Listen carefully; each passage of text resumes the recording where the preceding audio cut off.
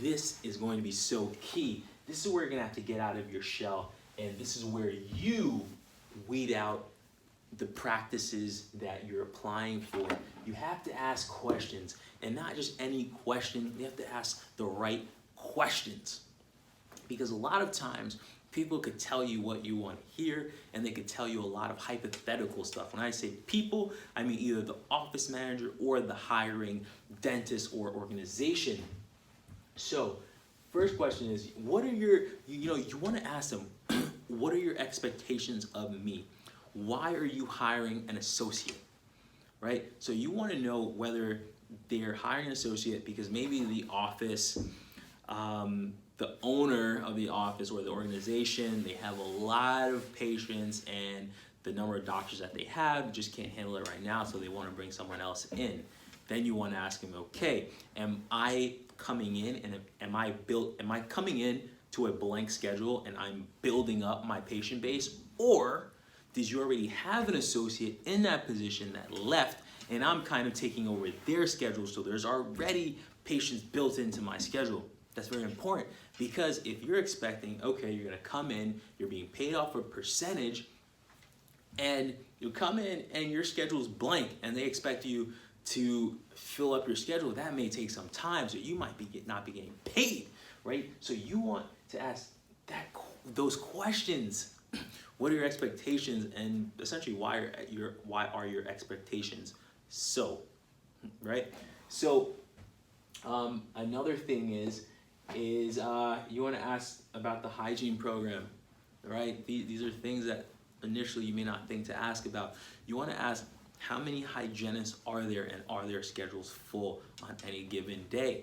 Because you want to be able to know that basically that the practice is healthy, that there's enough patients going through hygiene, because through hygiene is where you get the treatment plans. That's where you find the work that gets put into the treatment that gets put into your schedule. So if they have one hygienist and they're not busy, I don't know. You gotta investigate more. Something may not be adding up, and then you're adding another doctor on top of that. So you want to ask about the hygiene. The next thing is the insurance. A lot of people get I'm gonna call it starstruck or whatever. They get excited when a practice owner or a practice says, yeah, I'm gonna pay you 32%, I'm gonna pay 35% of production or collection. And then the conversation stops there. Everyone's happy. Yeah, it's great, 35%, that's so high. But 35% of what? Let's say, for example, insurance company X pays $100 for a crown. I'm just throwing a number out there, $100 for a crown, and you're getting 35% of that. That 35% doesn't sound too good anymore. Now, does it? It doesn't. Versus if a company or if an insurance is paying, if they pay out $1,200 for a crown and you're getting 35% of $1,200, now that 35% sounds a lot better. So a key question that people forget to ask is 35% of what, right?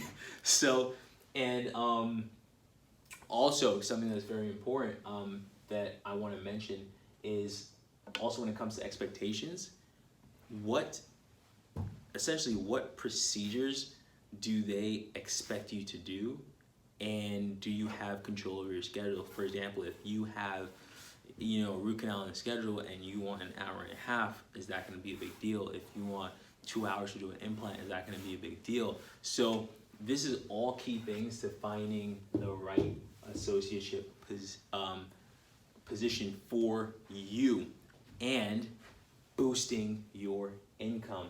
So take a good look at this, think about it, all right? And we're gonna move on to the next thing.